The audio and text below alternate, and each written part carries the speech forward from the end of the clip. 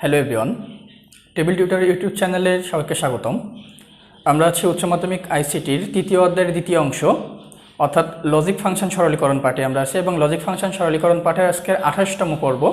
28তম পর্বে আমরা তোমাদের জন্য নিয়ে এসেছি দুইটা সরল। এই দুইটা সরলকে আমরা সমাধান করে দেখাবো কীভাবে এই দুইটা সরলকে সমাধান করা যায়। এখন এই দুইটা সরলের সমাধান যারা সহজে বুঝতে চাও তাদের কিন্তু অবশ্যই সূত্রের ক্লাসটা দেখার প্রয়োজন আছে। সো প্লেলিস্টের ফার্স্টে চলে যাও এবং ওখান থেকে তোমরা সূত্রের প্রমাণের ক্লাসটা দেখে আসো। যাদের সূত্রের প্রমাণের ক্লাসটা দেখা আছে এবং ধারাবাহিকভাবে প্রত্যেকটি ভিডিও দেখতেছো তারা এই পর্বটি শুরু করো, এবং যারা ধারাবাহিকভাবে দেখতেছো না তাদের কাছে অনুরোধ থাকবে অবশ্যই ফার্স্ট ধারাবাহিকভাবে 1 থেকে 27তম যে পর্বগুলো আছে এই ক্লাসগুলো করে নিবা। এই ক্লাসগুলো করার একটা সুবিধা হচ্ছে পরবর্তী যে সরলগুলো আসতেছে সরলগুলো তোমরা খুব ইজিলি বুঝতে পারবে। এমনকি এই ক্লাসটা শুরু হওয়ার আগেও হয়তো বা অনেকে সরলগুলো পারবা।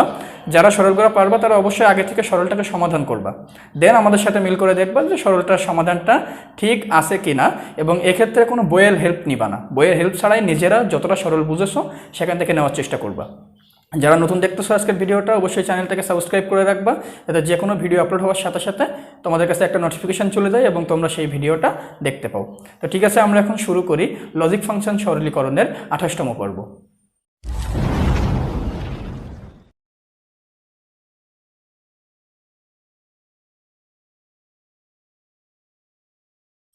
দেখো 28তম পর্বে আমরা যে দুইটা সরলকে নিয়েছি, ফার্স্ট আমরা একটা দেখতেছি যে A not B not into তার মাথায় not plus A B not এবং টোটালটার মাথায় একটা হোল নট আছে, অর্থাৎ এখানে অনেকগুলো নটের ব্যবহার আছে। এবং পরবর্তীতে সরলটা আমরা একটু পরে দেখবো। আমরা ফার্স্টে এটাকে সরল করি বা সমাধান করি। তো এখানে যখন সমাধান করতে আসতেছে তখন দেখো একটা বিষয় যদি আমরা একটু লক্ষ্য করি, ফার্স্টে যে জায়গাটা আছে এ নট দেন বি নট তার মাথায় নট, অর্থাৎ নিশ্চয়ই এই নটটা তার থেকে একটু বড় আছে এবং ফাইনালি যখন উপরে চলে যাচ্ছে আবার একটা নট পাচ্ছে, অর্থাৎ একই জায়গায় একের অধিক নট আছে। তো আমরা কি জানি যে একের অধিক নট যেখানে থাকবে সেখানে আমাদের ফার্স্ট কাজ হবে একদম বড় নট যে সেখান থেকে কাজ করতে করতে আসা। তাহলে আমরা এখানেও সেম বড় যে নটটা আছে এই নটের কাজটাকে আমরা আগে করব, দেন ছোট নটগুলোর কাজ করব।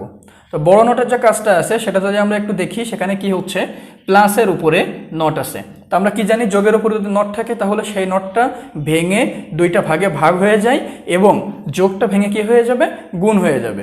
তো সেই সূত্র অনুযায়ী আমরা যদি যখন এখানে লাইনটাকে ভাঙি তাহলে কি আসতেছে এ নট বি নট এবং তাদের মাথায় নট, এতটুকু অংশ যেটা আছে সেটা স্থির থাকবে, এখানে কোনো পরিবর্তন নাই। পরবর্তী যে অংশটা আছে এ বি তার মাথায় নট, এটাও কিন্তু স্থির থাকবে। এই দুইটা জায়গায় কোনো পরিবর্তন নাই, শুধু প্লাসটা ভেঙে এখানে গুণ, বা আমরা এটাকে ডট দিয়ে বোঝাইতে পারি যে একটা গুণ হয়ে গেছে। তো যখন উপরের বড় নটটা ভেঙে গুণ হয়ে যাচ্ছে তখন নটটা দুই পাশে সমান ভাগে ভাগ হয়ে যাবে। তাই যেহেতু দুই পাশে সমান ভাগে ভাগ হচ্ছে, আমি এ পাশেও একটা নট দিলাম, এ পাশেও একটা নট দিয়ে দিলাম, অর্থাৎ এটা কিন্তু উপরে যে বড় নটটা ছিল সেই নটটা সমান ভাগে ভাগ হয়ে গেল। এখন দেখো এ নট বি নট তাদের মাথায় ডাবল নট আছে, আবার এ বির মাথায়ও ডাবল নট আছে। তো আমরা এখানে একটা সূত্রকে অ্যাপ্লাই করতে পারি। সূত্রটা হচ্ছে যদি কোনো জায়গায় এ ডাবল নট থাকে তাহলে আমরা কি লিখতে পারি, এ ডাবল নট সমান এ। তাহলে যেহেতু এ ডাবল নট সমান এ, সেই সূত্র অনুযায়ী কি দাঁড়ায়, এ বি ডাবল নট সমান এ বি আসবে এবং A not B not double not সমান A not B not. So আমরা সরাসরি সেই মানটাকে বসাই, তাহলে A not B not into A B.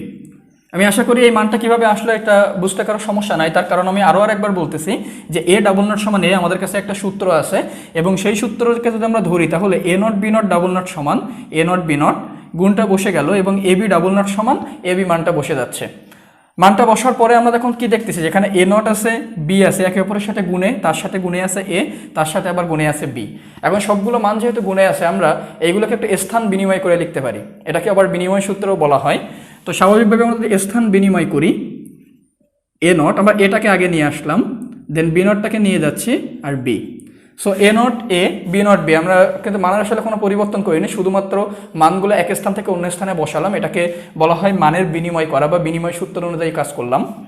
এবার আবার সূত্র চলে আসতেছে, সেটা দেখো এ নট এ নট আর এ পাশাপাশি আছে আর বি নট আর বি পাশাপাশি আছে। তা আমরা কি জানি এ ইন্টু এ নট, অর্থাৎ একই মান এবং তার পূরক মান যদি একে অপরের সাথে গুণে থাকে তাহলে মানটা কি চলে আসে, আমরা কিন্তু সবাই ইজিলি জানি যে মানটা আসে 0। So A into A not সমান মান 0।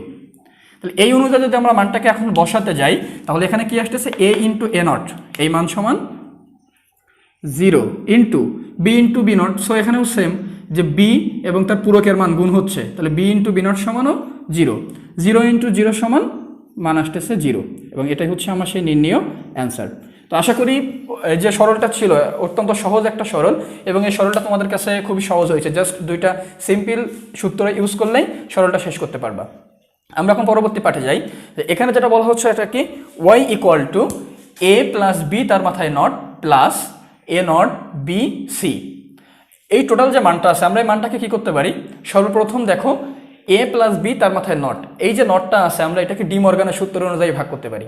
অর্থাৎ ডি মর্গানের সূত্র বলতে কি বোঝানো হচ্ছে, যোগের উপরে নট আছে, নটটাকে ভেঙে দুই পাশে সমান ভাগে ভাগ করে দিলাম, এবং যোগটা কি হয়ে যাচ্ছে, গুণ হয়ে যাচ্ছে, সেম যেমনটা আমরা আগেরটাতে অ্যাপ্লাই করছিলাম। ওই অনুযায়ী যদি কাজ করি তাহলে মানটা কি আসতেছে দেখো, A not into B not plus পরবর্তী যে মানটা আছে আমরা মানটাকে রেখে দিলাম এ নট বি সি। আমার যেহেতু পাশে সূত্র লিখতে হবে এই কারণে আমরা মানটাকে একটু আমরা আগে নিয়ে আসলাম। তো কাজটা কি হচ্ছে, এ প্লাস বি নটটাকে ভেঙে লিখতেছি এ নট ইন্টু বি নট, যোগটা ভেঙে গুণ হয়ে গেছে এবং নটটা দুই ভাগে ভাগ হয়ে যাচ্ছে, এবং এ নট বি সি যে মানটা ছিল সেই মানটাকে আমরা সরাসরি বসাই দিলাম। এবার কাজ হচ্ছে দুইটা যে পক্ষ আছে আমাদের দেখতেছি কোনো সূত্র নেই, তো যেহেতু সূত্র নেই ফার্স্ট কাজ হবে দেখবো এর মধ্যে কোনো কমন যায় কিনা। তো দেখো এ নট কমন যাচ্ছে, বাদ বাকি কোনো মানের মধ্যে কিন্তু মিল নাই, যার কারণে কমন যেতে পারতেছে না। সো আমরা এ নট আর এ নটকে কমন নিয়ে নিলাম। তো উভয় পক্ষ থেকে যদি আমরা এ নটকে নিয়ে নেই তাহলে মান আসতেছে কি, B not plus B C, B not plus B C এই মানটাকে আমরা পাচ্ছি, এবং এ নটটাকে আমরা অলরেডি কমন নিয়ে নিয়েছি। এইখানে দেখো একটা বিষয়, বি নট প্লাস বিসিকে আমরা এ প্লাস বিসি এই সূত্রের আকারে কল্পনা করতে পারি। আমরা কিন্তু অনেকবার এ প্লাস বিসি সূত্রটাকে ব্যবহার করেছি। এ প্লাস বিসি এই সূত্রটা আসলে কি, এ প্লাস বিসি এটা সমান আমরা লিখতে পারি কি, A plus B into A plus C. A plus BC সমান এ plus B into A plus C. তো এই মান অনুযায়ী যদি আমরা এখন বি নট প্লাস বিসিকে কল্পনা করি যে এইটা এ, এইটা বি এবং এটা সি, তাহলে কি হচ্ছে, এই এ প্লাস বি আর এ প্লাস সি এই মানটা আমাদের ধরতে হবে। তো সেই অনুযায়ী যদি মান বসাই, দেখো এ নটটাকে আমরা এ নটের জায়গায় রেখে দিলাম, ইন্টু তাহলে এ প্লাস বি, তাহলে এ হচ্ছে এখানে বি নট প্লাস বি বলতে বিকেই বোঝানো হচ্ছে রাখলাম, ইন্টু এ হচ্ছে বি নট প্লাস এখানে সি বলতে সিকেই বোঝানো হচ্ছে, সো সিটাকেই বসাই দিলাম। আশা করি এই লাইনটাতে কারোর কোনো সমস্যা নেই। তারপরেও আবারও বলতেছি, আমরা যে সূত্রে অ্যাপ্লাই করতেছি সূত্রটা হচ্ছে এ প্লাস বিসি, এ প্লাস বিসি সমান কি, A plus B into A plus C. এখন এখানে এ বলতে আমরা এ নটকে বুঝালাম, এবং বি বলতে বিকে এবং সি বলতে সিকে, তাহলে এ প্লাস বি বলতে বি নট প্লাস বি, আর এ প্লাস সি বলতে বি নট প্লাস সি, এই মানটা বসে যাচ্ছে। এখন আমাদের কাছে খুব সহজে একটা সূত্র চলে আসলো, বি প্লাস বি নট। এখন আমরা জানি একই মান তার পূরকের মানের সাথে যদি গুণ যোগ হয় সেক্ষেত্রে কি হয়, মান হয়ে যায় 1, অর্থাৎ আমরা এখানে মান বলতে পারি কি, A not into 1 plus B not plus C.